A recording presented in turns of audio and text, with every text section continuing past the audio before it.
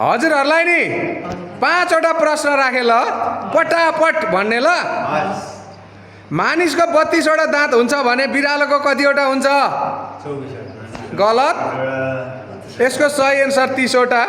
नेपाल नामक गाउँ कुन देशमा रहेको छ? नेपाल भन्ने गाउँ छ, त्यो कुन देशमा छ? नेपालमा छैन। यसको सही एन्सर हो जापान। देवताको देवी देवरको देउरानी भए झैँ बाँदरको के हुन्छ? सुन्दरी। सुन्दरी भन्नुभयो, बधाई छ। आलु र गोलभेडा दुवै एउटैमा फल्छ, त्यस्तो बोटलाई के भनिन्छ? आलु र गोलभेडा एउटै बोटमा फल्छ नि, त्यस्तोलाई के भनिन्छ? ल भएन, यो कमेन्ट गरिदिनु होला तपाईँहरू जसले हेर्नु हुँदैछ उहाँहरूले।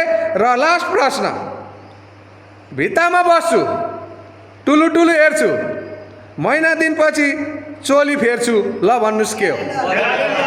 क्यालेन्डर। भित्ते पात्रो। ल बधाई छ। ल धन्यवाद। सेयर कमेन्ट गर्न चाहिँ नबिर्सिनु होला। सेयर सबैले गरिदिनु होला। हवस्, धन्यवाद।